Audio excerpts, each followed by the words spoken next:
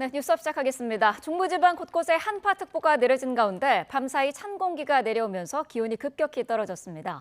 중부 내륙 곳곳은 영하권을 기록했고 서울은 3.8도로 지난주보다 기온이 더 떨어졌는데요. 내일은 더 춥다고 합니다. 추적기 전길에서 자세히 알아보겠습니다. 김민경 기자, 기온이 얼마나 떨어졌나요? 네, 아침 기온이 어제보다 2에서 10도 이상 낮아졌습니다. 강원 양양 설악산은 영하 5.4도까지 떨어졌고 경기 파주도 영하 0.6도까지 내려가는 등 경기 북부와 강원 북부 일부 지역은 영하권을 기록했습니다. 서울도 3.8도로 어제보다 7도가량 떨어졌고 은평구는 최저기온이 영하 0.1도까지 내려갔습니다. 찬바람의 체감온도는 2.1도로 대부분 지역에서 기온보다 2에서 3도가량 낮습니다. 밤사이 대기 상층 기온이 영하 15도 이하의 찬 공기가 우리나라로 남아있기 때문인데요. 경기 연천과 포천, 평창 등 강원 4곳과 충북 진천과 음성, 문경 등 경북 북부 5곳에는 올가을 첫 한파주의보가 내려졌습니다. 한낮에도 대부분 지역이 10도 안팎에 머무르며 쌀쌀하겠습니다. 찬 공기가 따뜻한 공기를 파고들면서 기압 차이가 커지며 바람도 무척 강합니다. 현재 충남과 호남 서해안에는 강풍주의보가 발효 중인데요. 전국적으로도 순간 풍속이 초속 15에서 20m 안팎의 강한 바람이 불 걸로 보입니다. 맑은 하늘 탓에 지표면의 열이 빠르게 빠져나가 복사냉각이 강해지면서 내일은 추위가 한층 더 강해지겠습니다. 내일 아침 강원도 대관령은 영하 4도, 파주 영하 2도, 서울도 2도까지 내려갈 걸로 보이는데요.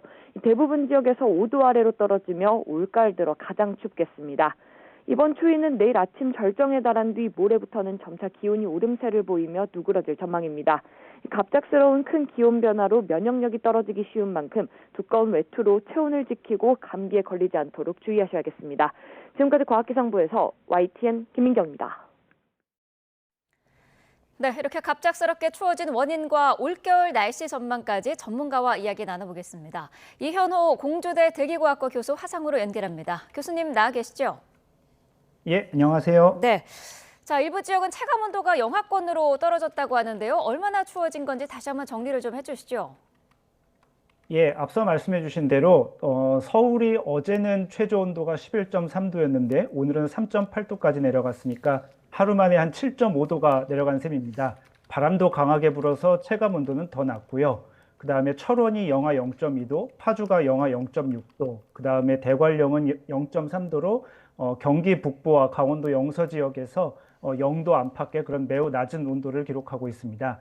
바람도 강하게 불어서 실제로 느껴지는 체감 온도는 온도보다 한 2에서 3도 정도 더 낮고요.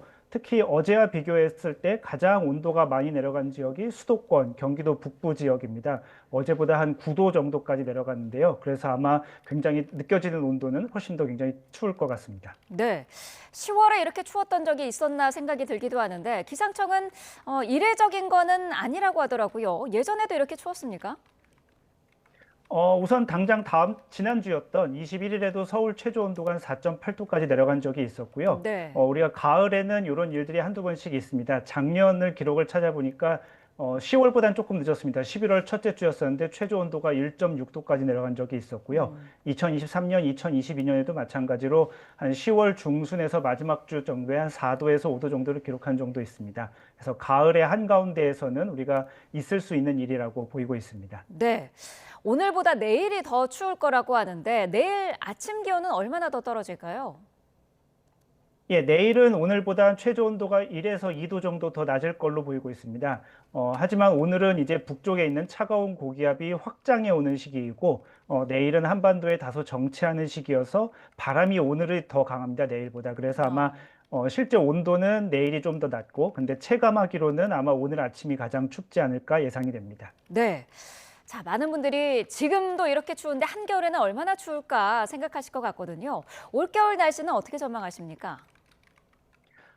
사실 과학적으로 계절 날씨를 정확하게 예를 들면 작년보다 온도가 높다 낮다 이렇게 정확하게 예측하는 것은 아직 가능하진 않습니다. 네. 일반적으로 한 열흘 정도쯤의 날씨가 현재 인류가 예측할 수 있는 날씨의 상한선인데요. 다만 이제 기상청에서 다른 방식으로 해서 내놓는 이제 계절 예보는 올겨울에 아마 평년과 비슷할 것으로 전망이 되고요. 다만 좀 변동이 있을 수 있는 게 북극해 주변에 해빙이 있습니다. 우리나라 겨울철 날씨에 굉장히 큰 영향을 주고 있는데요. 네. 이 해빙이 평년보다 계속 양이 줄어들어서 아마 기습적인 한파가 몇 차례 있을지 않을까 그렇게 예상이 되고 있습니다. 네. 올가을은 초반까지는 더웠고요. 곧바로 초겨울 추위가 찾아왔는데 이렇게 봄과 가을이 짧아지는 날씨가 앞으로도 반복될까요? 기상학적으로 계절을 정의하는 방법이 있습니다. 각 계절마다 정의하는 방법이 있는데 그 계절 정의에 따르면 서울 지역을 기준으로 했을 때 올해 가을의 시작일이 불과 열흘 전이었습니다. 10월 7일이었거든요. 계산을 해보면 100년 동안 여름이 한 30일 정도 늘었고 가을이 한 열흘 정도 줄어들었습니다. 이게 우리가 아마 일반적인 시민이 가장 체감할 수 있는 기후변화 현상 중에 하나일 것 같은데요. 네. 실제로 보면 여름이 길어지고 겨울이 짧아지고 이것이 가장 두드러지지만 아까 말씀드렸듯이 가을의 한가운데가 되면 오늘처럼 이렇게 온도가 갑작스럽게 내려가는 날이 있습니다. 그래서 체감적으로 여름이 길어지고 그다음에 이런 한파가 한 번씩 닥쳐오면 가을이 굉장히 짧게 느껴질 가능성이 매우 높겠습니다. 네. 10월 들어서 비가 내리는 날도 많았는데요. 가을 장마다라는 말까지 나올 정도였는데 11월은 어떨까요? 비가 좀 자주 올 걸로 보시나요?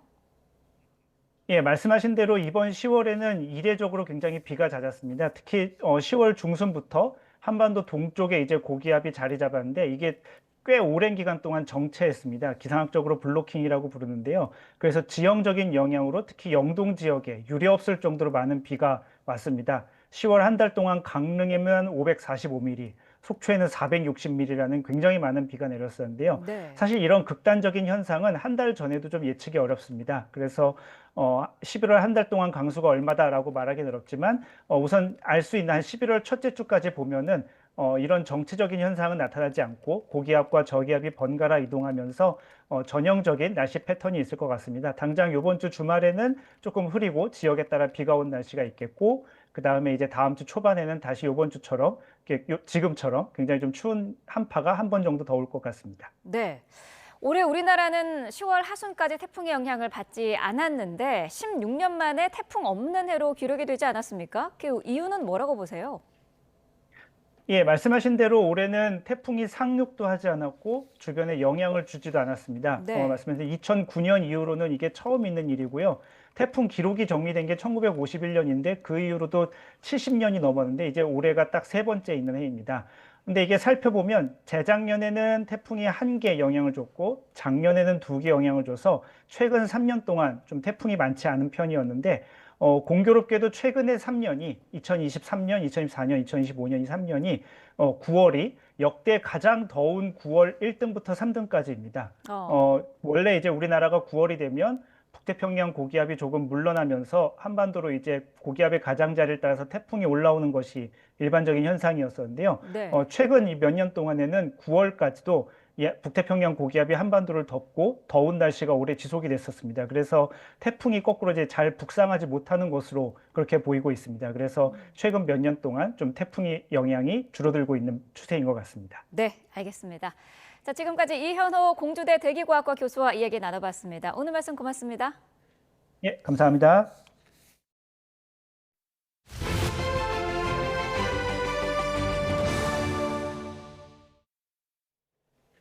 이재명 대통령이 오늘 아세안 정상회의에서 조력자, 도약대, 파트너를 뜻하는 상호관계 발전 비전, 이른바 CSP 구상을 제시합니다. 대통령실은 경주 에이펙 기간 꾸준히 거론되는 북미 정상회담 여부에 대해서는 여전히 가능성을 낮게 봤습니다. 정인용 기자입니다.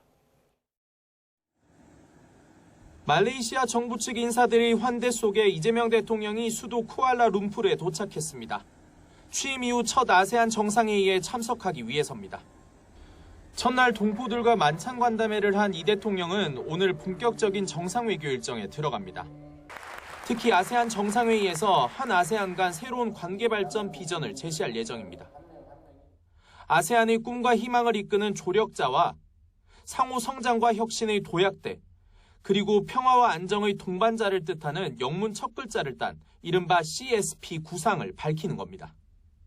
2029년 한 아세안 관계 수립 40주년을 바라보면서 한 아세안 특별 정상회의 개최를 천명하고 한국과 아세안 간 포괄적 전략 동반자 관계를 발전시키는 이 대통령은 아세안 정상회의를 계기로 역시 현지를 방문한 트럼프 미국 대통령과 두 번째 한미 정상회담에 앞서 만날 가능성도 있습니다. 통상과 안보 등 양국 간 풀어야 할 현안이 쌓여 있는 만큼 두 정상의 대면에 관심이 쏠립니다. 경주 에이펙 기간 트럼프 대통령과 김정은 북한 국무위원장의 회담 가능성에도 세계의 시선이 집중돼 있는데 대통령실은 여전히 가능성을 낮게 봤습니다. 그리 긍정적인 것은 아니고 특별히 알고 있는 게 없다면서 어느 경우에도 대비할 생각이라고 설명했습니다. 이 대통령은 이번 방문을 통해 우리 정부의 대북 정책 전반에 대한 이해를 아세안에 구하고 호응을 유도하겠다는 계획입니다. 한중일이 함께하는 아세안 플러스 3 정상회의에선 최근 취임한 다카이치 사나의 일본 총리와 이 대통령의 첫 만남이 주목됩니다. 이재명 대통령은 올해 의장국인 말레이시아 정상과의 회담을 끝으로 1박 2일간의 해외 방문 일정을 마무리하고 귀국길에 오를 예정입니다. 쿠알라룸푸르에서 YTN 정인용입니다. 이재명 대통령이 한미 무역 협상에서 최대 쟁점인 3,500억 달러, 약 500조 원 규모의 대미 투자 패키지 주요 내용에 대한 양국 간의 논의가 아직 교착 상태라고 밝혔습니다. 이 대통령은 현지 시간 26일 공개된 블룸버그 통신과의 인터뷰에서 투자 방식, 투자 금액, 시간표, 우리가 어떻게 손실을 공유하고 배당을 나눌지 이 모든 게 여전히 쟁점이라고 말했습니다. 이 대통령은 미국은 물론 자국 이익을 극대화하려고 하겠지만 그게 한국의 파멸적인 결과를 초래할 정도여서는 안 된다고 강조했습니다. 이어 대화가 계속되고 있으며 생각의 일부 차이가 있지만 타결 지연이 꼭 실패를 의미하지는 않는다면서 한국은 미국의 동맹이자 우방이기 때문에 우리는 모두가 받아들일 수 있는 합리적인 결과에 도달할 수 있을 것이라고 믿으며 그렇게 해야만 한다고 밝혔습니다. 첫 아시아 순방에 나선 도널드 트럼프 미국 대통령이 동남아 국가들과 19에서 20%의 상호 관세율에 합의했습니다. 다음 차례는 한국과 일본이라고 예고했습니다. 신웅진 기자의 보도입니다. 트럼프 대통령은 첫 방문지 말레이시아에서 말레이시아, 캄보디아, 태국, 베트남과 무역 협정에 합의했습니다. 말레이시아, 캄보디아, 태국산 제품에 대한 상호 관세율은 19%로 베트남과는 20%를 유지하기로 했습니다. 말레이시아와 베트남은 미국 공산품과 농산물에 대해 시장 우대 접근을 제공하기로 했고 캄보디아와 태국은 관세를 철폐하기로 했습니다. 양측은 또 자동차 안전, 배출가스 기준, 의약품과 의료기기 허가 기준 등 비관세 장벽도 낮추는 데 뜻을 모았습니다. To the nations of Southeast Asia is that the United States is with you 100%, and we intend to be a strong partner and friend for many generations to come. 미국과 동남아 국가들의 무역 합의 공동 성명에는 경제 안보와 수출 통제 분야에서 협력을 강화한다는 내용이 들어 있습니다. 특히 말레이시아는 미국에 대해 핵심 광물과 토류 원소 수출을 금지하거나 할당제를 두지 않기로 약속했습니다. 중국이 히토류 수출 통제를 예고한 가운데 동남아와 협력 강화로 중국을 견제하겠다는 뜻이 담긴 것으로 해석됩니다. 트럼프 대통령은 다음 협정 대상국은 한국과 일본이라고 예고했습니다. In addition to the agreement with Malaysia this week, we're also signing or nearing completion on trade deals with many other Indo-Pacific partners from Cambodia to Japan to South Korea. 말레이시아 일정을 마무리하는 트럼프는 오늘 일본으로 이동하고 모레 수요일에는 한국을 방문합니다. YTN 신홍진입니다.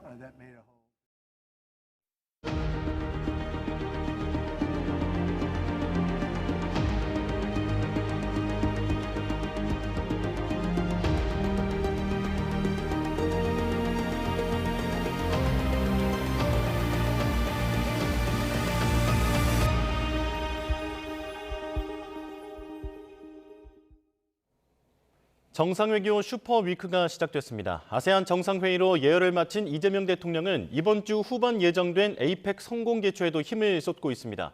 에이펙 외교의 최대 과제는 무엇인지 관련 내용들 남성욱 숙명여대 석좌 교수와 짚어보겠습니다. 어서 오십시오. 안녕하십니까. 네.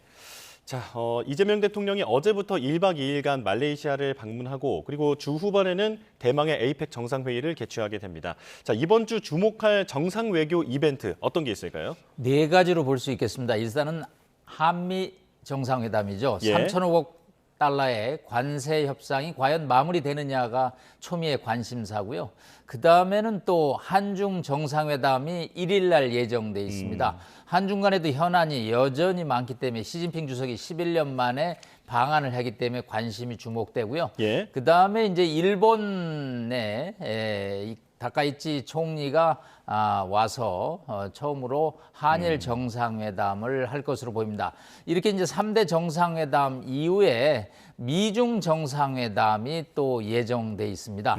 부산에서 지금 예정이 돼 있는데요. 우리로서는 미중 정상회담의 타결이 우리 경제, 우리 안보에 큰 영향을 미치기 때문에 주목되고요. 이 4대 정상회담 이후에 뭐 깜짝쇼로 지금 예상되고 있는 김정은과 트럼프 간의 정상회담은 예정되지는 않았지만 언제든지 일어날 수 있기 때문에 뭐 플러스 원, 4대 정상회담 플러스 원 어떤 서밋, 정상 간 회담이 예정돼 있다고 볼 수 있겠습니다. 예, 하나하나 자세히 짚어보겠습니다. 일단 그에 앞서서 아세안의 플러스 3 회담에 이제 우리나라도 참석을 하게 되는 건데 CSP 비전을 제시했습니다. 어떤 의미가 있는 겁니까? 네, 일단은 뭐 기여를 하겠다라는 거죠. 아세안도 세계 경제, 그다음에 스프링보드라고 그래서 다이빙에서 도약하는 거죠. 이제 아세안 국가도 결코 개발도상국, 후진국이 아니고 도약하는 측면이고요. 마지막으로 P입니다. Partner for Peace and Stability라고 그래서 평화와 안보를 위한 파트너의 역할을 하겠다. 이제 그만큼 세계 경제에서 아세안의 비중이 커지고 있기 때문에 이번에 트럼프 대통령이 아시안 순방 1착 도착지로 말레이시아 아세안을 찾았습니다. 그만큼 아세안의 비중이 커가고 있다는 것이죠. 예, 트럼프 대통령 잠깐 말씀해 주셨는데 사실 시진핑 중국 국가주석은 여기에 없고 그 총리가 대신 왔잖아요.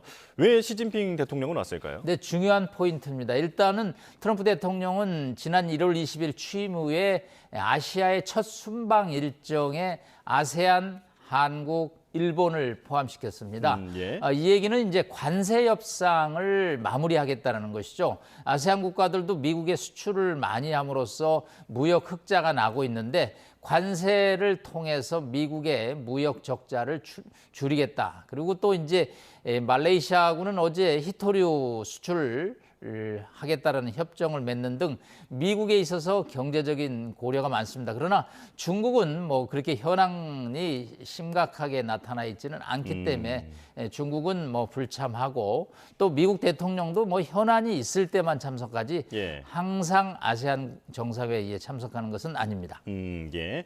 자, 우리는 또 캄보디아 총리와의 정상회담에 있는데 그 정상회담에 캄보디아 측에서 먼저 요청했다고 하더라고요. 지금 그 한국인 감금 납치 사태와 관련해서 스캠 관련한 어떤 공조가 필요해 보이는데 어떤 내용이 나올까요? 네, 일단은 뭐 한국인의 안전을 좀 캄보디아 정부가 적극적으로 좀 챙겨달라는 우리 측의 요청이 있을 거고요. 캄보디아가 이것을 요청하는 것은 이제 자신들의 치안과 경제 상황이 어렵기 때문에 우리의 이제 지원을 요청하겠죠. 예. 그 개발도상국에 대한 어떤 지원이 이번 우리 한국인 납치 피해 사건으로 대폭 축소된다는 지금 보도가 있습니다. 캄보디아 입장에서는 이런 한국의 지원이 큰 아주 역할을 하고 있는데 한국이 아마 그런 지원을 줄이지 말고 공조 협력으로 한국인 납치 피해를 줄여나가겠다라는 캄보디아 측의 강력한 요청이 있던 것으로 알려지고 있습니다. 예. 자, 그리고 이제 에이펙 얘기로 좀 넘어가 보겠습니다. 앞서 정리해 주신 대로 한미 정상회담도 있고 미중도 있고 한중 정상회담도 열리게 됩니다. 자, 조금 전에 그 한중 정상회담도 놓쳐서는 안 되는 포인트라고 말씀을 해주셨는데 어떤 부분이 예상됩니까? 예, 일단은 이제 1일 날 본회의 행사 둘째 날에 예. 개최가 됩니다. 일단 시진핑 주석이 11년 만에 한국을 방문하는 거죠. 중국은 뭐 사회주의 국가이기 때문에 정상 간의 방문이 매우 중요합니다. 예. 지금 우리로서는 한 3가지 현안이 걸려 있습니다. 한한령이죠. 한한령, 즉 한국 한류 문화가 중국에서 공연되고 활동하는 것을 중국이 여전히 차단을 하고 있는데 이 문제에 관해서 좀 더 중국의 열린 입장을 우리가 요청할 것이고요. 예. 두 번째는 최근에 서해 불법 구조물 사건들이 불거지고 있습니다. 예. 뭐 잠정 수역에는 어업시설 이외에는 어떠한 설치물도 할 수 없는데 중국이 이제 2018년부터 하나 둘 설치를 하고 있어서 우리로서는 매우 예민하게 받아들일 수 없기 때문에 이 문제를 정상 간 문제에서 또 얘기를 해야 되고요. 또 우리로서는 북핵 문제, 또 북한 문제에 있어서 중국의 협조를 여전히 당부를 해야 됩니다. 그렇기 때문에 이거는 한중 간의 정상회담을 통해서 논의를 해야 되기 때문에 한미 정상회담 못지않게 한중 정상회담도 또 우리가 상당히 중요하게 여기고 있습니다. 예. 자, 한미 관세 협상 얘기도 짚어보겠습니다. 3,500억 달러 규모의 대미 투자가 도대체 어떤 규모와 어떤 방식으로 진행되느냐, 여기에서 계속 이견이 있는 상황인데 조금 전에 대통령도 직접 밝혔다시피 아직은 이견이 있는 상황인 것 같거든요. 하지만 양측 다 이번 에이펙 정상회의 기간에 좀 그 계기로 협상을 타결하려고 하는 것 같습니다. 어떻게 전망하십니까? 네, 굉장히 어려운 지금 문제인 것 같습니다. 위성락 실장의 발언을 볼 때는 관세 분야는 아직 공통 문서에 이르지 못하고 있습니다. 반면에 트럼프는 being finalized, 타결에 매우 가깝다는 표현을 쓰고 있습니다. 예. 저 두 문장 사이의 차이는 뭘 것인가? 결국은 미국이 공을 한국에 던졌다라는 것이죠. 한국이 결정하면 미국도 결정한다라는 얘기죠. 그러나 우리 입장에서는 여전히 3,500억 달러를 직접 투자보다는 보증 또 여러 가지 대출 그런 이제 간접적인 어떤 대미 투자를 우회적으로 얘기를 하고 있습니다만은 예.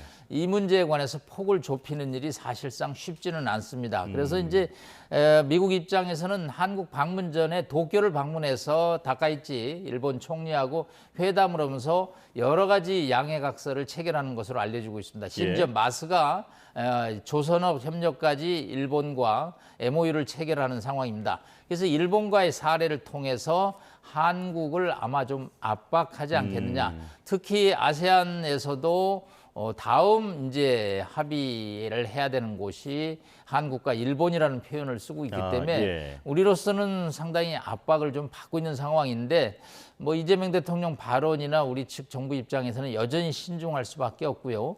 물밑에서 어느 부분이 논의되고 어느 부분이 합의되고 어느 부분이 미결인지는 구체적으로 알려지지 않고 있습니다만은 현재로서는 위성락 실장의 발언을 볼 때 에이펙 때문에 타결하는 일은 없을 거라는 표현을 쓰고 있습니다. 즉 에이펙이라는 회의 때 좀 떠밀려서 합의를 하기는 어렵다는 표현을 쓰고 있는데 또 미국 입장도 일본도 다 타결하고 아세안도 타결하는데 한국을 타결해서 제외한다는 것은 한국의 자동차 관세가 여전히 15%가 아닌 25%를 유지한다는 것이기 때문에 우리 또 업계로서의 부담도 커지고 있습니다. 예. 그래서 한국 입장에서는 어느 시점에 어떤 조건으로 이것을 매듭지어야 될지 큰 고민에 처했다고 볼 수 있겠습니다. 예. 자, 그 위성락 실장의 발언을 보면 안보 쪽에서는 어느 정도 문서화까지 되고 있는 상황이라고 하는데 트럼프 대통령이 사실 원스톱 쇼핑이라는 그 단어를 언급을 하면서 안보와 관세 협상을 같이 하겠다라는 의지를 보이지 않았습니까? 그렇다면 안보 측에서도 어떤 내용이 달라질 수도 있겠군요. 네. 우리 입장은 뭐 개별 안보는 안보, 예. 관세는 관세로 하고 싶지만 미국은 패키지 한 번의 협상에 서명을 하겠다는 것이죠. 우리의 안보 현안은 이제 방위비 증액입니다. 2.456%의 현재 국방비 비율을 뭐 3.5%까지 늘리는 것은 우리가 동의를 했습니다. 미국산 고급 무기를 좀 더 구매하는 것이죠. 예. 이에 대한 또 대가로 일종의 한미 간의 원자력 협정을 좀 개정해서 우리 산업용을 위해서 우라늄 농축, 플루토늄 재처리 등 1988년에 미일 원자력 협정 수준으로 끌어올리는 관해서는 어느 정도 양해가 되고 있습니다. 그러나 미국이 한국이 관세 협상에 서명하지 않는데 이러한 문제에 관해서 과연 합의를 하겠느냐. 그렇기 때문에 이 문제도 약간 한미 간에 동상이몽의 이견이 있다고 좀 볼 수 있겠습니다. 예. 자, 이제 미중 정상회담이 지금 세계가 가장 주목하는 이슈입니다. 우리 경제 그리고 세계 경제와 질서의 어떤 일대 사건이 될 것으로 보이는데 일단 분위기로는 서로 한 발씩 좀 물러나는 것 같아요. 예, 벤선트 재무장관의 발언이 여러 가지 의미를 담고 있습니다. 예. 미국도 양보를 하겠다는 표현을 씁니다. 그 얘기는 뭐냐면 미국이 중국에게 부과했던 100%에 관한 관세를 좀 철회하겠다는 것이죠. 그러면 미국은 중국으로부터 무엇을 얻어낼 것인가? 일단 히토류라는 6개 주요 금속이 있는데 이게 뭐 미국의 첨단 무기라든가 반도체 또 각종 AI에 들어가는 소재인데 이게 중국이 전 세계 생산량의 75% 이상을 장악하고 있습니다. 이것을 통제함으로써 미국이 어려움을 겪었는데 수출을 통제하지 않겠다는 문제고요.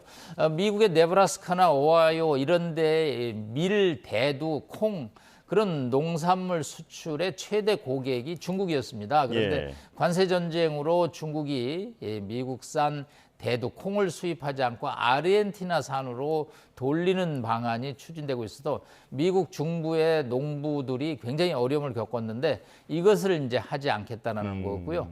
또 마약 원료가 되고 있는 티타놀에 대해서도 또 중국이 단속을 철저히 하겠다. 그럼으로써 양측이 이제 한 발자국 물러남으로써 부산에서 시진핑 주석과 트럼프 대통령이 전격적으로 합의하는 것이 아니냐. 이것은 굉장히 전 세계 경제에 긍정적인 신호를 주기 때문에 여러 가지 문제를 하고 있고요. 마지막으로 이제 대만 문제가 중국의 아킬레스건인데 예. 이 문제에 관해서도 미국이 선을 넘지 않겠다라는 묵시적인 약속을 함으로써 여러 가지 미중 간의 심각한 문제들이 해결되지 있는 것이 아니냐. 그래서 아마 지금 이제 미중 간의 협상이 29일 정도에 지금 예상이 되고 있는데 타결될 경우 전 세계에 긍정적인 신호를 줄 것으로 보입니다. 예. 자, 마지막으로 짧게 북미 대화가 열릴지 이 부분 가능성도 좀 전망해 주시죠.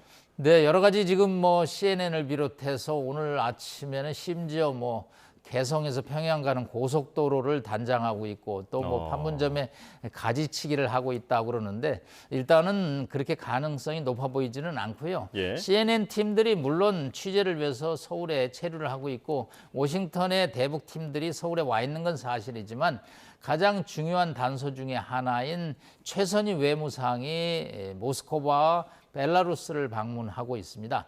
김정은이 이번 회담에 키를 쥐고 있는 것은 지난 2018년, 19년에 트럼프가 키를 쥐고 있는 것하고는 또 상대적이고 대조적이죠. 네. 일단은 김정은 입장에서는 이번에 만나기보다는 차후에 새로운 정식 만남을 통해서 자신들의 핵 보유를 확실하게 인정받는 그래서 핵 군축 회담을 해야지 지금 판문점에서 깜짝 사진 찍기용 사진을 찍어서는 자신들의 요구를 관철시키기 어렵다. 그렇기 때문에 뭐 여러 가지 지금 뭐 예고라든가 신호등이 나오고 있지만 대통령실조차도 미국과 알아보고 있지만 특별히 아는 게 없고 소식이 없다라는 표현을 쓰고 있기 때문에 물론 뭐 지난 2019년 6월에 판문점 깜짝쇼가 32시간 전에 트위터를 통해서 했기 때문에 가능성을 뭐 제로라고 표현하는 것은 어불성설이지만 아직은 가능성이 그렇게 높지는 않은 것으로 보입니다. 예.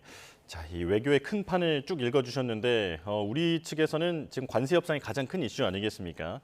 자, 트럼프가 설명해 주신 대로 일본을 먼저 들러서 조선업 협력을 하면서 우리를 좀 압박하고 있는 그런 상황이다. 설명을 잘 들어봤습니다. 쉽지 않은 한 주가 될 것 같네요. 자, 남성욱 숙명여대 석좌 교수와 함께했습니다. 고맙습니다. 감사합니다.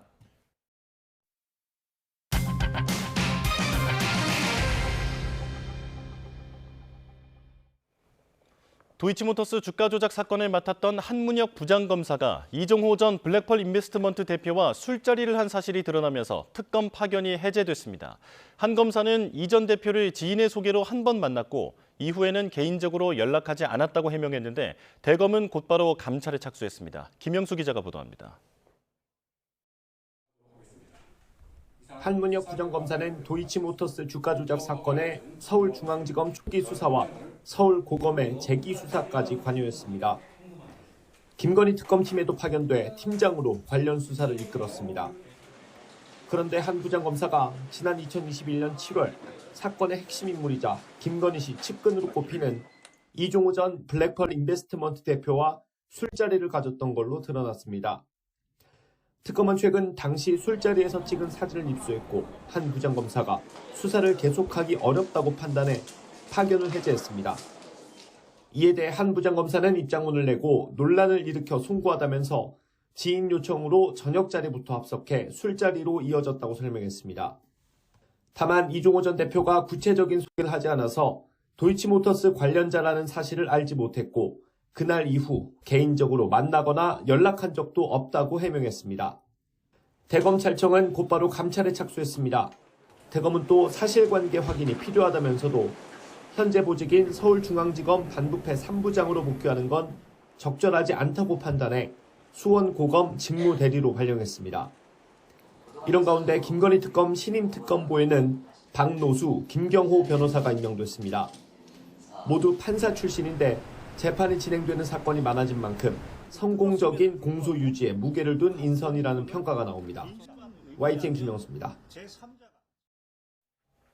김건희 씨에게 고가의 금품을 건넨 혐의를 받는 통일교 한학자 총재에 대한 재판이 오늘부터 시작됩니다. 서울중앙지방법원은 오늘 오전 10시 10분 정치자금법 위반 등의 혐의로 기소된 한학자 총재에 대한 첫 공판 준비 기일을 엽니다. 한 총재는 지난 2022년 7월 두 차례에 걸쳐 김건희 씨에게 명품 가방과 목걸이 등 금품을 건네며 통일교 현안을 청탁한 혐의로 재판에 넘겨졌습니다. 서울 영등포경찰서는 오늘 낮 1시 이진숙 전 방송통신위원장을 소환해 공직선거법, 국가공무원법 위반 혐의에 대한 3차 조사를 진행합니다. 이 전 위원장 변호인은 앞서 YTN에 이 전 위원장이 오늘 출석하면서 간단히 입장을 밝힐 것이라며 이번 조사에서 경찰이 조사할 사항은 없다고 생각하고 조사를 마치면 직권남용 혐의로 경찰 고발을 검토할 예정이라고 전했습니다. 이 전 위원장은 지난해 보수 성향 유튜브에 출연해 정치적인 발언을 하고 올해 대선과 보궐선거를 앞두고는 SNS 등에서 민주당 후보를 떨어뜨릴 목적의 발언을 한 혐의를 받고 있습니다.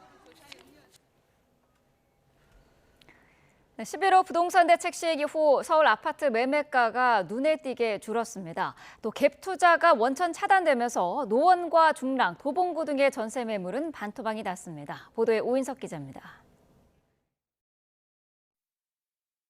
강력한 수요 억제 대책이 나오면서 서울 지역 아파트의 거래 위축과 매물 감소가 뚜렷해지고 있습니다. 국토부 실거래가 공개 시스템에 따르면 10.15 대책이 시행된 16일부터 열흘간 서울에서 매매 계약이 체결된 아파트 거래량은 564건으로 집계됐습니다. 직전 열흘 거래량 2,679건과 비교해 78.9%가 줄어든 수치입니다. 규제 지역 적용으로 주택담보 인정 비율이 축소되고 주담 대한도가 차등 적용되는 등 대출 관련 규제가 크게 강화된 게 주된 요인으로 풀이됩니다. 시장에 풀렸던 매물도 감소세입니다. 서울 아파트 매물은 10.15 대책 시행 첫날인 16일 7만 4천여 건에서 연일 줄어 6만 6천여 건으로 10% 감소했습니다. 이에 따라 일정 기간 제한적인 수준의 가격 조정이 이뤄질 것이라는 전망이 나옵니다. 토지거래 허가구역 지정이 가수요를 줄이는 극약 처방이어서 거래 전략 속에 당분간 숨고르기가 예상되고요. 향후 3개월에서 6개월 정도 조정 국면이 이어질 것으로 분석이 됩니다. 갭 투자가 원천 차단되면서 전세 매물은 급감했습니다. 서울의 전세 매물은 24,800여 건으로 2년 전보다 22.8% 줄었는데 특히 노원과 중랑, 도봉, 금천구 등 상대적으로 서민들이 많이 거주하는 지역은 50% 넘게 감소했습니다.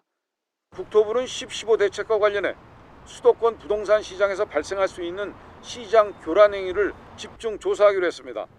부동산 기획조사와 현장 점검을 올 9월에서 10월 부동산 거래 신고분 조사부터는 서울 전역과 경기 12개 지역, 풍선 효과가 우려되는 경기도 화성시 동탄과 구리시 등으로까지 확대하기로 했습니다. YTN 오인성입니다. 11호 부동산 대책 발표 직전 서울 아파트 매매 가격이 올해 들어 최고 상승률을 기록한 것으로 나타났습니다. KB 부동산이 발표한 지난 13일 기준 이번 달 주택 가격 동향을 보면 서울 아파트 매매 가격은 지난달보다 1.46% 오르며 17개월 연속 상승세를 이어갔습니다. 특히 11호 대책 전까지 토지거래 허가구역에 포함되지 않았던 광진구와 강동구, 마포구 등을 중심으로 가격이 큰 폭으로 올랐습니다. 수도권과 서울 아파트 전세 가격은 한 달 전보다 각각 0.22%, 0.43%씩 오르면서 27개월 연속 오름세를 보였습니다. 더불어민주당은 부동산 6채를 보유한 국민의힘 장동혁 대표를 비판하면서 여야 의원 전수조사를 제안했습니다. 국민의힘은 뜬금없는 헛발질이라고 받아쳤는데 부동산 이슈가 전국 블랙홀이 된 모습입니다. 김다연 기자입니다. 논란의 발언을 했던 이상경 국토차관이 물러나자 더불어민주당은 다주택자인 국민의힘 장동혁 대표를 고리로 역공에 나섰습니다. 여야 국회의원의 부동산을 전수조사하자고 나름의 승부수를 띄웠습니다. 부동산만 6채인 장 대표는 주택 싹쓸이 위원장으로 취임하라며 총액 8억 5천만 원이 실거래가인지 공시가격인지 밝히라고 요구했습니다. 이재명 대통령과 민주당의 김병기 원내대표까지 끌어들였습니다. 그 정도는 물타기 해야 자신의 내로남불이 가려질 것이라고 계산하신 것입니까? 장 대표는 공격이 거세질수록 이재명 정부 부동산 정책이 잘못됐다는 걸 인정하는 꼴이라며 헛발질이라고 받아쳤습니다. 실거래가가 높다면 실거래가로 신고하게 되어 있습니다. 지금 민주당이 계속 수렁으로 빠져들면서 헛발질을 하고 있는 것 같습니다. 지금 엄한 데서 삽질하고 있는 게 지금 안타깝습니다. 개혁신당 이준석 대표도 마이바흐나 벤틀리 타는 사람들이 경차 4대를 공격하는 뜬금포 비판이라고 협공에 나섰습니다. 국민의힘은 정책 실패를 감추려는 전형적인 민주당식 저급한 물타기 공작이라고 비판했고 나아가 부동산 내로남불 3인방의 사퇴와 이재명 대통령의 대국민 사과까지 요구했습니다. 여기에 오세훈 서울시장은 부동산 대책을 대폭 수정하라며 필요하다면 자신이 민주당과 공개 토론을 하겠다고 나섰는데 민주당 정청래 대표는 오 시장이 정신적으로 힘들고 딱한 건 알겠다고 비꼬았습니다. 국회 국토위 소속 민주당 의원들도 오세훈 시장을 한강버스 관련 배임 혐의로 고발하겠다며 전면전에 나섰습니다. 11호 대책에 열흘 넘게 아무 언급도 없었던 정청래 대표는 당의 역할은 뒷받침이라며 돌출 발언을 자제하라는 함구령을 내렸습니다. 민감한 경제정책에 대해서는 정부가 책임지고 하는 만큼 당에서는 좀 한 반발짝 뒤에서 좀 요키로 필요한 법안이라든가 제도라든가 이것을 뒷받침하는 게 당의 역할이다.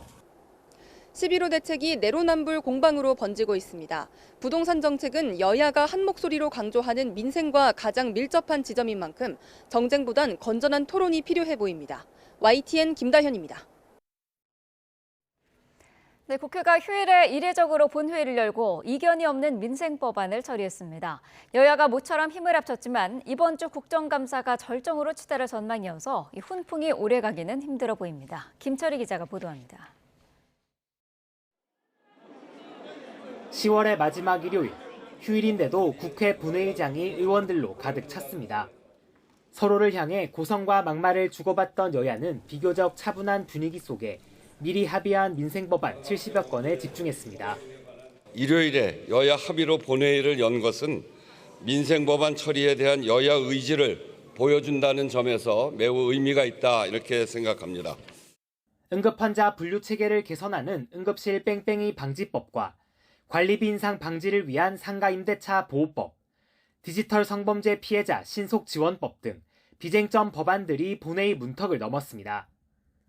앞서 국민의힘이 제안했던 12.29 여객기 참사 진상규명을 위한 국정조사에도 여야가 합의하면서 요구서가 본회의에 보고됐습니다. 모처럼 협치 안주가 시작됐지만 여야가 계속 손을 맞잡을지는 미지수입니다. 국감이 막바지로 향하면서 대부분 상임위가 이번 주 종합감사에 나서기 때문입니다. 법사위에선 검찰사법개혁과 이재명 대통령 수사 재판 문제가, 국토위와 정무위에서는 정부의 부동산 대책이 다시 화두가 될 것으로 보입니다.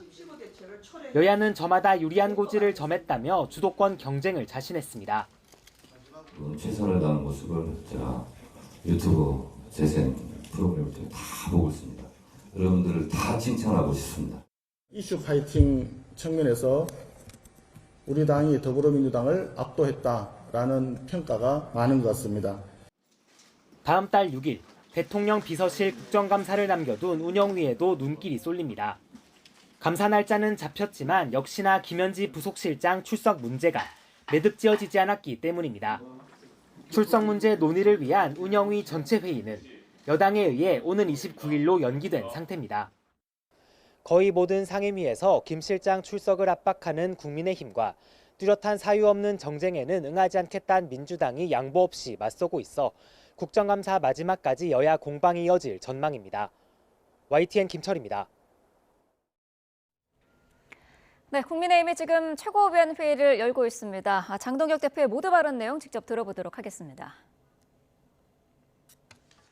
최고위원회의 시작하겠습니다. 이번 주에 경주 에이펙 정상회의가 시작됩니다. 2005년 부산에서 개최한 이후 20년 만에 개최되는 만큼 국민의힘은 경주 에이펙의 성공을 위해서 모든 힘을 보태겠습니다. 이번 에이펙은 단순한 정상 외교의 장이 아닙니다. 글로벌 패권 경쟁과 불안정한 대외 경제 환경 속에서 대한민국의 경제와 미래가 나아가야 할 방향을 결정짓는 중요한 분기점이 될 것입니다. 그리고 또 하나 중요한 것은 이번 에이펙은 이재명 정권이 스스로 호언장담했던 관세 협상의 타결 시한이기도 합니다. 관세 협상이 길어지면서 환율은 1,400원대에서 요동치고 있습니다. 우리 기업들은 기업의 생존이 달린 관세 협상 과정 하나하나에 촉각을 곤두세우고 있습니다. 그런데 관세 협상은 여전히 난항을 겪고 있습니다. 아직 문서 초안조차 완성하지 못한 상태고 정부도 갈 길이 멀다며 슬쩍 한 발 빼고 있습니다. 지난번처럼 합의문 없는 빈 껍데기 협상이 돼서는 안 될 것입니다. 내용은 깜깜이인 채 타결됐다는 말만 요란한 허상이 아니라 국익과 민생에 도움이 되는 진짜 성과를 가져와야 할 것입니다. 국민이 지켜보고 있습니다. 민중기 특검을 특검해야 할 이유가 또 늘었습니다. 민중기 특검은 미공개 정보로 억대의 시세 차익을 챙겼다는 의혹, 강압수사로 선량한 공무원 한 분을 죽음으로 내몰았다는 의혹, 이러한 중대한 의혹의 중심에 서 있습니다. 그런데 정작 특검팀의 수사팀장은 과거 수사 당시 도이치모터스 주가 조작 사건의 핵심 인물과 술자리를 했다는 이유로 교체했습니다. 주가 조작 사건의 핵심 인물과 술자리를 했다는 이유로 교체를 할 것이라면 민중기 특검은 스스로 수갑차고 깜빵으로 걸어 들어가야 할 것입니다. 이미 민중기 특검은 무너지고 있습니다. 자신의 의혹을 억지로 덮고 수사팀 인원을 갈아치운다고 해서 진실이 바뀌는 것도 없던 사실이 생기는 것도 아닙니다. 오히려 자멸의 길을 재촉하고 있을 뿐입니다. 스스로는 단죄하지 못하는 특검, 정의의 사도인 척 법복 입은 도적이 정치 수사를 계속 이어가는 현실에 국민은 분노합니다. 죄송합니다. 국민의힘은 민중기 특검의 불의와 위선에 끝까지 책임을 묻겠습니다.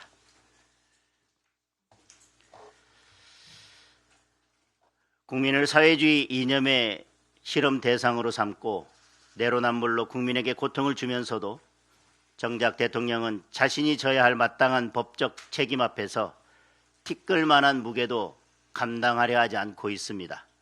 오히려 이재명 대통령은 자신의 사건을 담당한 개인 변호사들을 국정의 중요한 자리에 알박기를 해놓고 자신의 법적 위기를 막아내는 방탄의 진지를 구축했습니다. 이에 발맞춰 민주당은 오직 한 사람, 이재명 대통령을 위한 이재명 사법부를 만들기 위해 사법 개혁을 추진하고 있습니다. 어제 열린 민주당 의원총회에서 김용민 의원은 당 입장에서 이재명 대통령 재판을 조용하게 효과적으로 해결해야 한다고 주장하면서 재판 중지법 통과를 촉구한 것이 언론 보도를 통해서 알려졌습니다. 경고합니다. 이미 국민의 인내는 한계에 도달했습니다. 만약 더불어민주당이 재판 중지법을 통과시킨다면 그 즉시 이재명 정권이 중지될 것입니다. 자신이 변호해서 잘 안다며 이재명 대통령의 무죄를 확신하고 오히려 그것을 넘어서 맹신하고 있는 이재명 무죄 호소인 법제처장의 발언을 그대로 따른다면 무죄가 확실한 이재명 대통령의 재판을 재개하지 못할 이유가 전혀 없습니다.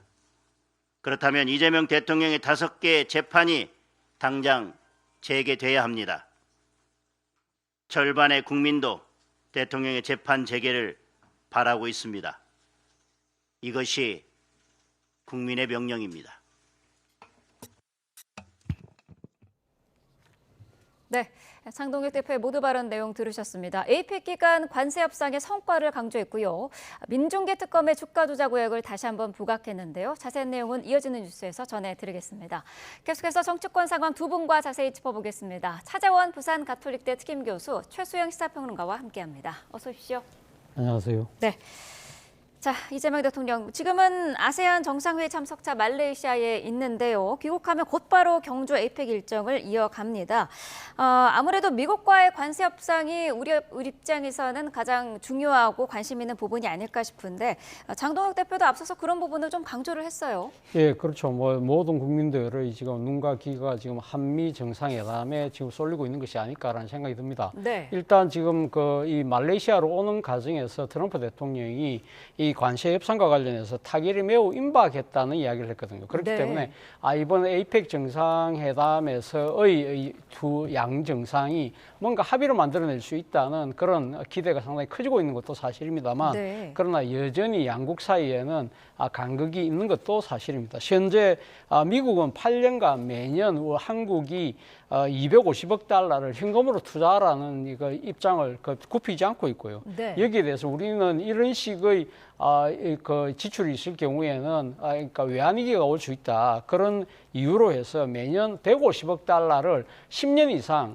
투자하겠다는 입장을 갖고 있습니다. 그렇기 때문에 이 양국의 간극차를 어떻게 좁히냐의 문제인데 일단 트럼프 대통령도 이걸 의식한 것인지 그들이 준비가 돼 있다면 나도 준비가 돼 있다는 이야기를 했기 때문에 사실상 우리의 양보를 강요한 것이 아닐까라는 생각이 듭니다. 일단 이 부분과 관련해서는 뭐 이번에 이재명 대통령이 미국의 언론과의 인터뷰에서 APEC 정상회담에 굳이 연연하지 않겠다고 했기 때문에 우리 입장에서는 조금 더 시간을 갖고 가겠다는 것입니다만 그러나 이 트럼프 대통령의 입장에서는 정치적인 성과를 보여야 될 필요성이 분명히 있기 때문에 이번 정상회담에서 소위 말하는 톱다운을 통해서 뭔가 막판 협상을 시도할 가능성도 있다. 그래서 더욱더 이번 회의가 주목되는 것 같습니다. 네, 말씀하신 것처럼 트럼프 미국 대통령은 합의가 임박했다라고 밝혔는데 이재명 대통령은 외신과의 인터뷰에서 주요 쟁점이 여전히 교착 상태다라고 하지 않았습니까? 이 온도차는 어떻게 봐야 될까요? 서로의 협상 전략으로 봐야 되겠죠. 이제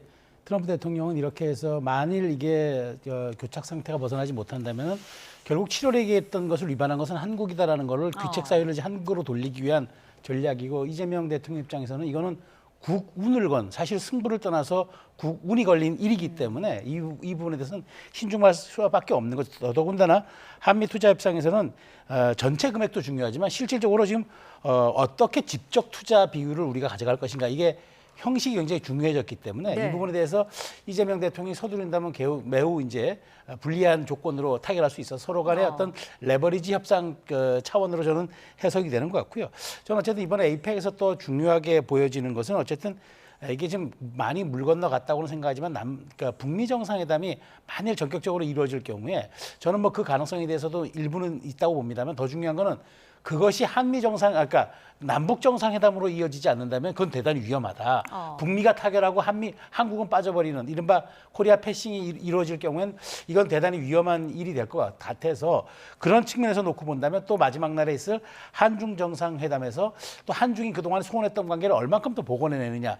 요 세 가지가 얽힌 것이 사실상 이번에 에이펙의 가장 핵심적인 흐름이 아닐까 그런 생각이 듭니다. 네, 한미뿐만 아니라 한중, 미중 정상회담도 예정이 돼 있는 아주 중요한 시기인데 어떤 빅 이벤트들을 좀 예상할 수 있을까요? 예, 뭐 앞서 말씀드린 것처럼 가장 우리의 거의 국익과 맞닿아 있는 부분은 한미 정상회담인 것이죠. 그리고 네. 이와 관련해서 한중 정상회담도 상당히 아주 중요하다는 생각이 듭니다. 네. 과거 2015년에서 발생했던 이 사드 문제 때문에 한중 관계가 아직까지도 상당한 차질을 빚고 있잖아요. 그렇기 때문에 이번에 시진핑의 지금 방안을 통해서 양국 관계가 정상화될 수 있느냐, 그것이 아마 상당히 중요할 것 같고요. 그리고 네. 또 일본의 지금 새로운 내각이 출범을 했지 않습니까?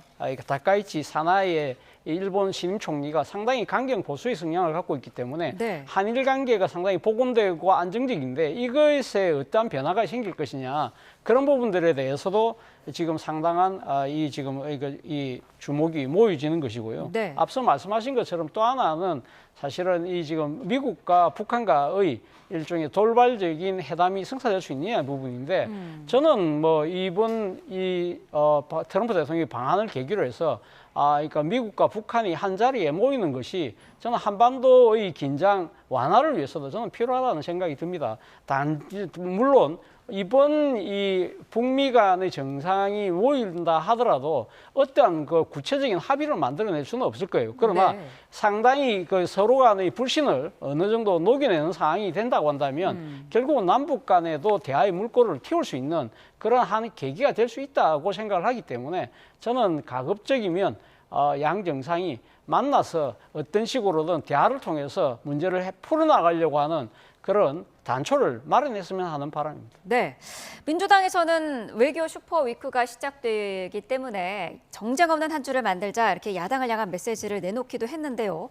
그러기에는 정치권의 이슈가 좀 많은 것 같습니다. 부동산 이슈가 특히 그런데 이상경 국토부 1차관이 갭투기 논란으로 비판을 받다가 결국에는 사퇴를 했습니다. 대통령실도 굉장히 빠르게 사의를 수용을 했는데 비판적인 여론을 감안한 것 같아요. 그렇습니다. 그러니까 그 전날까지는 뭐 사의를 수용할 생각이 없다는 게 대통령실 입장이었는데 네. 하룻밤 사이에 바뀌어서 이제 전격 수리했죠. 그 얘기는 뭐냐면 결국 이번 그 이재명 정부가 내놓은 10.15 이 부동산 대책이 결국에 이게 그 실효성 문제를 떠나서 일종의 발화자의 그런 도덕적 윤리적 문제가 국민들의 감정선을 건드렸고 그것이 이제 시장의 불신으로 이어지다 보니까 이게 이재명 정부 입장에서는 당혹스러웠을 거예요. 아니 달을 가리키는데 달은 보지 않고 자꾸 손가락을 보니까 일단 손가락을 이제 일단 정리 좀 한 거죠. 네. 그런데도 불구하고 이제 논란은 여전히 남습니다. 자, 그렇다면은 이 상태로 갔을 때 그렇다면 이제 시장의 질서가 회복될 것인가? 이상경 차관 외에도 사실 부동산 3인방이라고는 조세 정책을 이른바 세제를 담당하는 구윤철, 그다음에 금융을 담당하는 이찬진, 그다음에 전체를 총괄하는 김용범. 뭐 갭 투자뿐만 아니라 이른바 그 딱지 거기에서 이제 뭐 이른바 재개발에 그 관련된 이런 부분들까지 다 있는 데다가 더더군다나 또 하나 보이지는 않지만 이번 그 사실상 인수위원장격으로 국정자문위원장을 맡았던 누굽니까?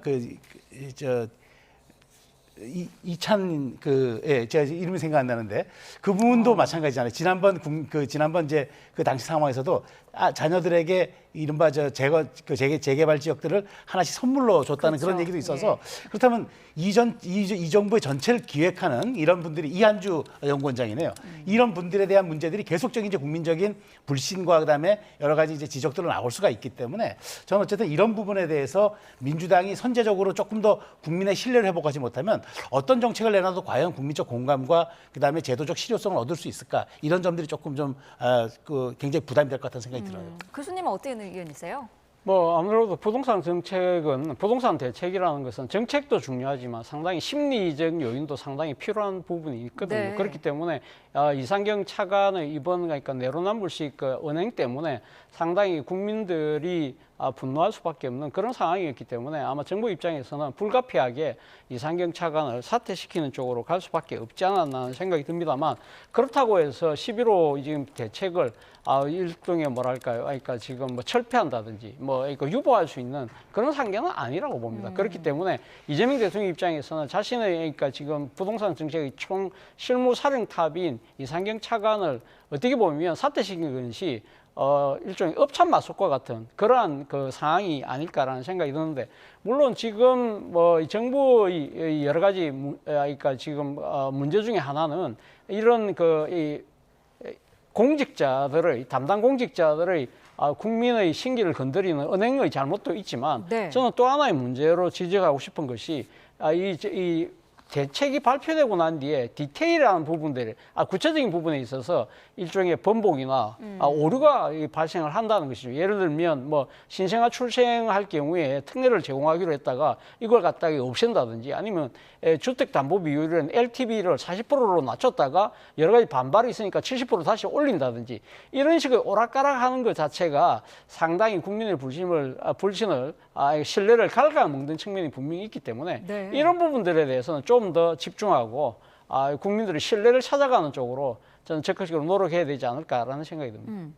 국민의힘은 뭐 부동산 정책 전반에 대해서 이재명 대통령이 직접 사과해야 된다 이런 입장이거든요.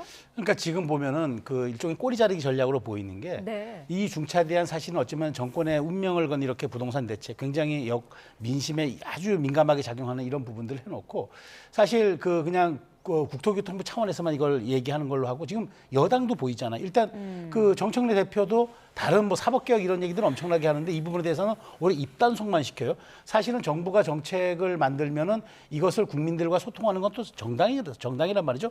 여당이 여기에 대해서 한 발 빼고 있다는 거. 그다음에 대통령실은 마치 팔짱 끼고 앉아가지고 사실 여기에 대해서 이제 뭐 직접적인 입장 표명을 안 하다 보니까 이거 어찌 보면은 미루어 놓고 여론이 어떻게 흘러가는지 보고 또 반응하겠다는 거 아니냐 이런 얘기도 나오고 있는 거란 말이죠. 네. 더더군다나 이게 지금 시장에 어떻게 연착륙하고 안착하느냐고 대단히 중요한데 이 문제가 불거지니까 여론의 역풍이 불고 심상치 않으니까 민주당은 이 제도에 대해서 보완 설명을 하기보다는 거꾸로 야당 대표를 공격합니다. 네. 당신들 이런 문제 지적할 자격이 있어? 라고 물을 타는데 아니 그게 물을 타면은 그 정책에 갑자기 실효성이 생깁니까?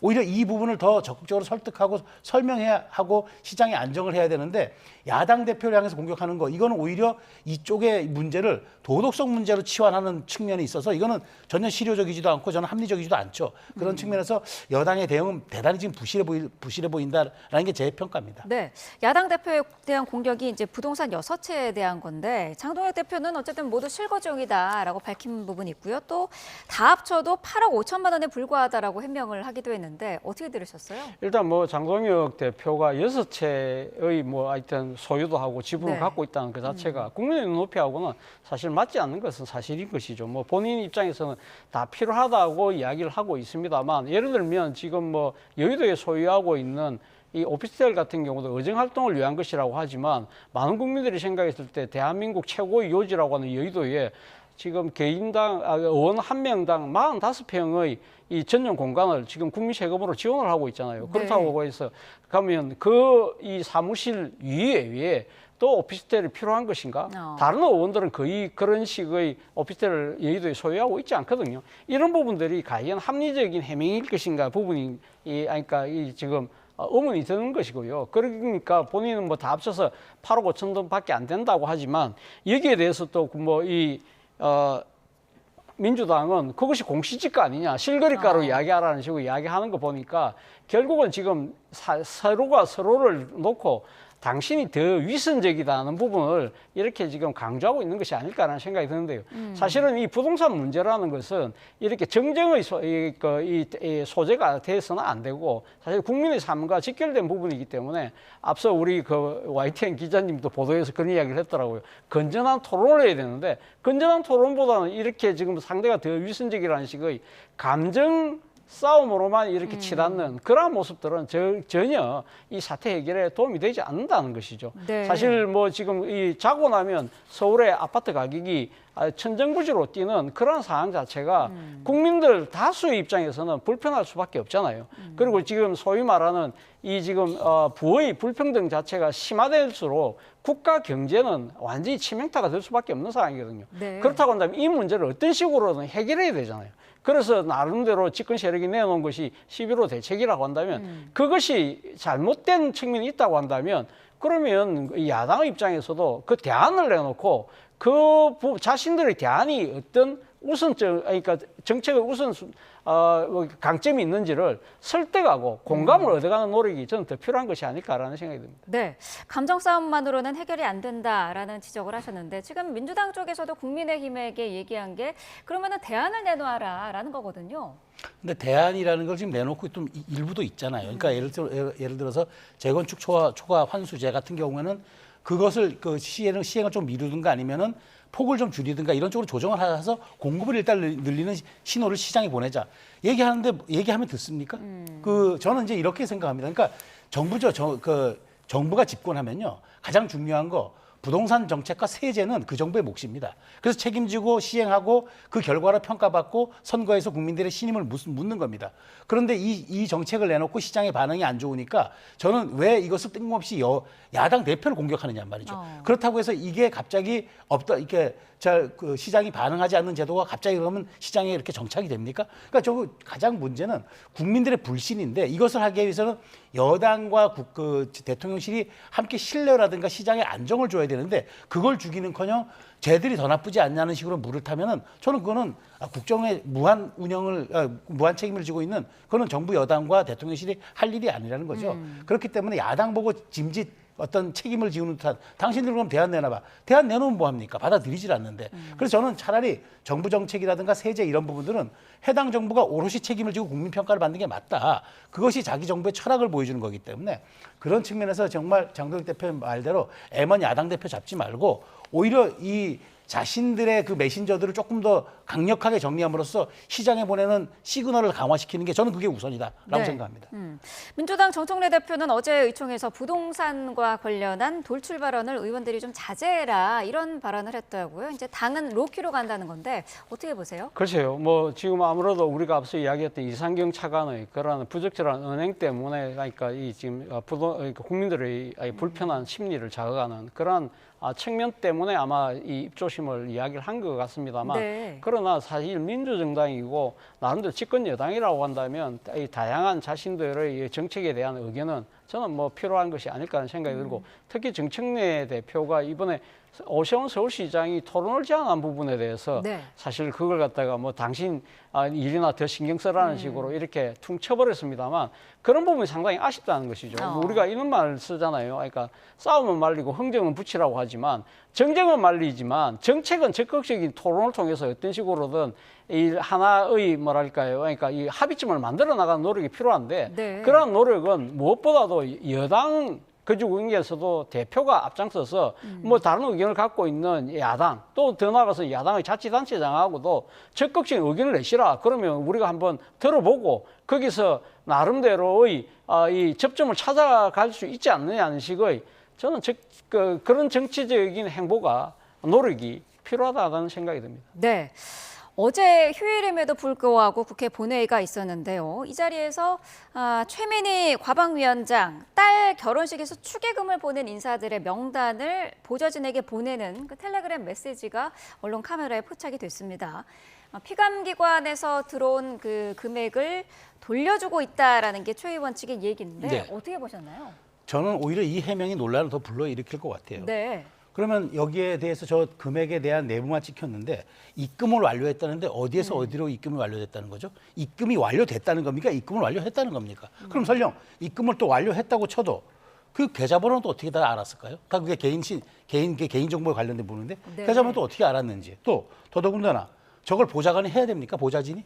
보좌진이 그 의원의 간해사의 일에 대해서 왜 합계 금액을 다 알아야 되고 그다음에 이 돈을 왜 돌려주는 것, 받는 것 이걸 다 관여해야 됩니까? 이거 명백한 개인 사무를 의원이 갑질하는 거 아닙니까? 이번에 강선우 의원 논란에서 나왔는데 그러니까 저는 최민희 의원이 지난번 양자역학 이론서부터 여러 가지 결혼식을 몰랐냐서부터 왜 국감기간에 국회에서 이것을 결혼시켰느냐서부터 왜 또 화가 그렇게 많이 들어왔느냐. 이 모든 논란들의 해명들이 국민적인 정서에도 반했지만 이번에 이 설령 축의금을 돌려준다고 하더라도 이 부분도 지금 전혀 공적 인식에 맞지 않는 것이고 지금의 윤리적 기준, 정치인의 어떤 도덕적 기준에 비춰보면은 전혀 이거는 우리가 용납도 안 될 뿐더러 해명해야 될 소지가 더 많은 것이다라는 측면에서 저는 앞으로 이 최민희 의원을 둘러싼 논란이 상당 부분 더 진행될 것 같다는 생각이 듭니다. 국민의힘에서는 이게 명백한 이해충돌이고 또 액수도 저렇게 드러났기 때문에 이걸 봤더니 김영란법 위반 소지도 있다라는 지적이거든요. 뭐 충분히 그런 뭐 지적이 저는 가능하다는 생각이 들고요. 네. 일단 뭐 축의금을 돌려준다는 것 자체는 만시지탄이긴 하지만 저는 다행스럽다는 생각이 듭니다. 그러나 더 아쉬운 대목은 사실 이 최민희 의원의 딸 결혼식과 관련해서 이 소위 말하는 그러니까 이 청첩장이 도는 과정에서 기사가 한번 됐잖아요. 이 소위 신용카드를 결제하는 뭐 그런 난도 있다. 거기에 대한 비난 기사가 완전히 쏟아졌을 때 그래서 결국은 그 딸이 그 삭제를 했잖아요. 네. 그때 왜 그러면 이 최민희 위원장이 사실은 그 정도로 이렇게 논란이 됐을 때 보좌진으로부터 충분히 저는 아마 보고를 받았을 가능성이 저는 높다고 봐요. 본인은 뭐 양자역학 공부한다고 정신은 없다고 하지만 사실은 그러면 그러니까 보좌진 입장에서도 아니 모신 의원과 관련된 이 중요한 문제가 터졌을 때 의원님 이거 우리 축의금 안 받도록 따님한테 말씀드려야 됩니다. 그런 식의 이야기를 왜 하지 못했을까요?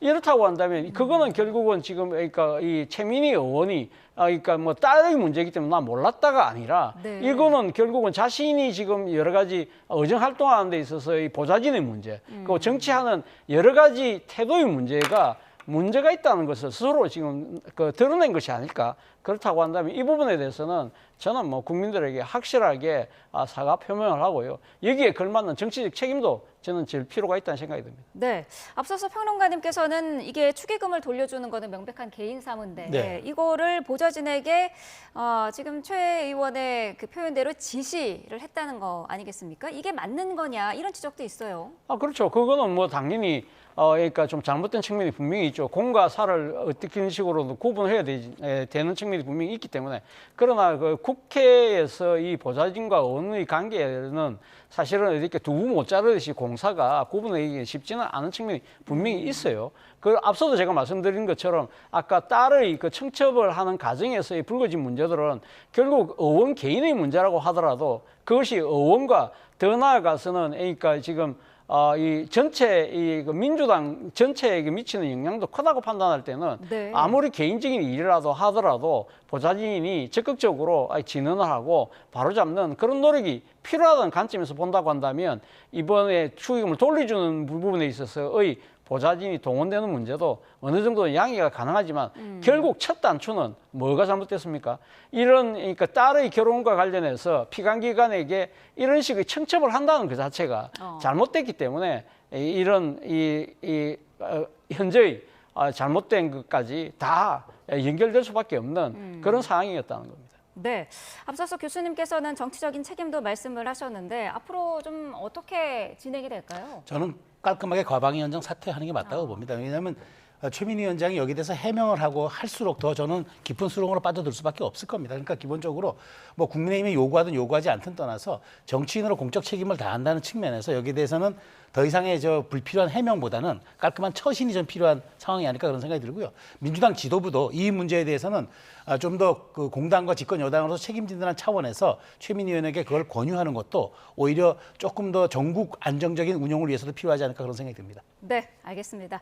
자, 오늘 두 분 말씀은 여기까지 듣도록 하겠습니다. 차재원 부산가톨릭대 특임교수 최수영 시사평론가와 함께했습니다. 고맙습니다.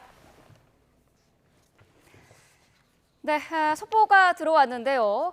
자, 지금 증시가 상당히 지금 흐름이 좋습니다. 오늘은 사상 첫 10만 전자, 삼성전자 주가가 10만 원 선을 돌파를 했습니다. 자, 코스피도 지금 곧 개장을 앞두고 있는데요. 오늘은 4,000P를 도달을 할지도 관심입니다. 자, 지금 코스피 4천이 돌파를 했다는 속보가 들어왔네요. 4,000피 시대가 열렸습니다. 지난주엔 코스피가 장중 3,950선을 넘어서면서 사상 최고치를 경신을 했는데요. 오늘은 4,000피를 도달을 했습니다. 최근에 반도체 종목의 강세가 이어지는 가운데 삼성전자와 SK하이닉스의 합산 시가총액이 1,000조 원을 처음으로 돌파하기도 했습니다. 자, 국내외 투자 심리도 뜨거워지고 있는 상황인데요. 오늘 코스피는 4,000선을 돌파로 했고요. 삼성전자 주가는 사상 처음으로 10만 원을 돌파했습니다. 잠시 뒤에 개장 상황이 이어지면 추가로 전해드리도록 하겠습니다. 네, 더불어민주당이 최고위원 회의를 열고 있는데요. 현장으로 가보겠습니다. 아세안 정상회의에 이은 에이펙 정상회의까지 대한민국 외교의 슈퍼위크가 시작되었습니다. 어제 이재명 대통령이 아세안 정상회의 참석차 말레이시아로 출국했습니다. 저도 마중을 나가서 많은 외교적 성과들을 거두고 오시라고 응원했습니다. 준비하신 만큼 많은 외교적 성과를 거두고 오시길 기원합니다. 특히 오늘 개최되는 훈 마넷 캄보디아 총리와의 정상회담이 국민들로부터 관심을 받고 있습니다. 캄보디아 측의 요청으로 성사된 정상회담인 만큼 지금 논란이 되고 있는 보이스피싱과 온라인 사기 범죄에 공동으로 대처하기 위한 방안들이 적극 모색될 수 있기를 바라고 성과가 있기를 바랍니다. 네이버에 외교를 검색해봤습니다. AI 브리핑은 이렇게 전하고 있었습니다. 외교는 국가의 평화적인 방법으로 외국과의 관계를 유지하고 발전시키기 위해 행하는 모든 활동을 의미합니다. 이는 정치적, 경제적, 문화적 측면에서 국가의 이익을 추구하는 다양한 방식과 전략을 포함합니다. 라고 되어 있습니다. 그렇습니다. 외교의 최종 목표는 국익 추구입니다. 국익을 위해서는 악마와도 손잡아야 한다고 김대중 전 대통령께서는 자주 말씀하셨습니다. 대한민국은 수출로 먹고 사는 나라입니다. 우리나라는 그 어느 나라보다도 대외 의존성이 높은 나라이고 그래서 외교가 그 어느 부문보다 중요합니다. 외교가 국운을 좌우합니다. 외교가 경제이고 외교가 국방입니다. 외교가 잘 돼야 경제도 살고 외교가 잘 돼야 우리 안보도 튼튼해집니다. 경주 에이펙 정상회의는 서로 간의 이해관계가 얽히고 설킨 국제정세 속에서 중재자의 역할을 적극적으로 해내는 대한민국의 역량이 빛을 발하는 계기가 될 것입니다. 29일부터 천년고도 경주에서 에이펙 정상회의와 최고경영자회의 CEO 서밋이 개최됩니다. 미국, 중국, 일본을 비롯해 21개국 회원국의 정상들이 함께할 예정인 가운데 젠슨 황, 엔비디아 CEO 등 글로벌 기업의 리더들도 1,700여 명이나 총출동하여 우리 기업들과의 협력 방안을 모색할 예정입니다. 이재명 대통령은 29일 CEO 서밋 개막식 특별 연사로 나서 대한민국의 지속 가능한 성장과 혁신 전략을 적극 제시할 계획입니다. 29일에는 미국 트럼프 대통령과의 정상회담을 앞두고 있고 11월 1일에는 중국 시진핑 국가주석과 정상회담이 있을 예정입니다. 무엇보다도 이번 에이펙 정상회의의 백미는 미국 트럼프 대통령과 중국 시진핑 국가주석이 6년여 만에 공백을 깨고 30일 정상회담을 준비하고 있다는 점입니다. 중국의 히토류 수출 제한과 미국의 대중 관세 100% 추가 부과를 둘러싼 긴장된 상황이 조금이라도 완화되는 계기가 될 수 있기를 희망합니다. 이를 통해 이번 경주 에이펙 정상회의가 국가 간 갈등을 해소하고 협력을 다지는 변곡점으로서 세계사에 기록될 수 있기를 희망합니다. 에이펙 정상회의 일정을 다 기억하기 어려울 정도로 정상회담들이 줄지어 열립니다. 세기의 회담이라 일컬어지는 미중 정상회담도 한반도에서 열립니다. 트럼프 대통령과 김정은 국무위원장과의 만남도 실제 성사 여부와 관계없이 전 세계의 뜨거운 주요 관심사입니다. 꼭 만남이 이루어져서 한반도 평화에 큰 진전이 있기를 기대합니다. 전 세계도 이번 경주 에이펙에 주목하지만 우리 대한민국의 정치, 경제, 외교, 안보의 측면에서 역사적 사건이 될 것입니다.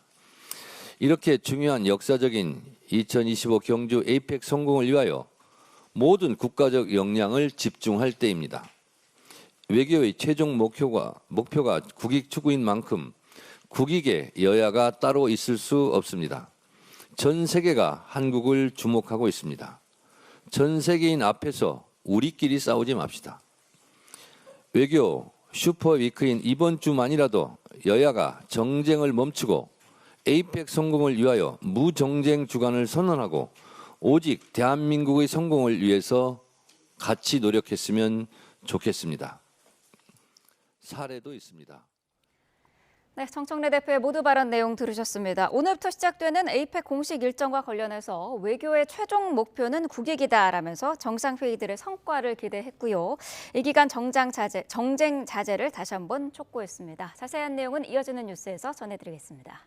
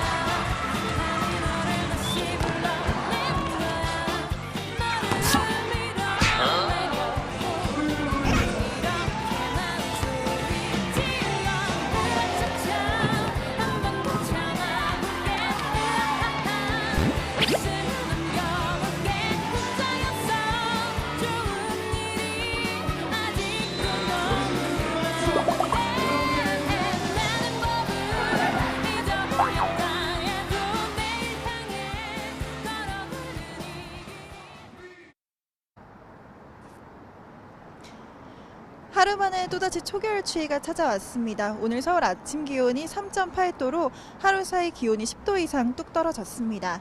찬바람에 체감 추위는 이보다 더 심한데요. 이렇게 겨울 패딩을 입어도 찬 공기가 그대로 느껴지고 또 시민들도 추위 속에 몸을 웅크리고 발걸음을 재촉하고 있습니다.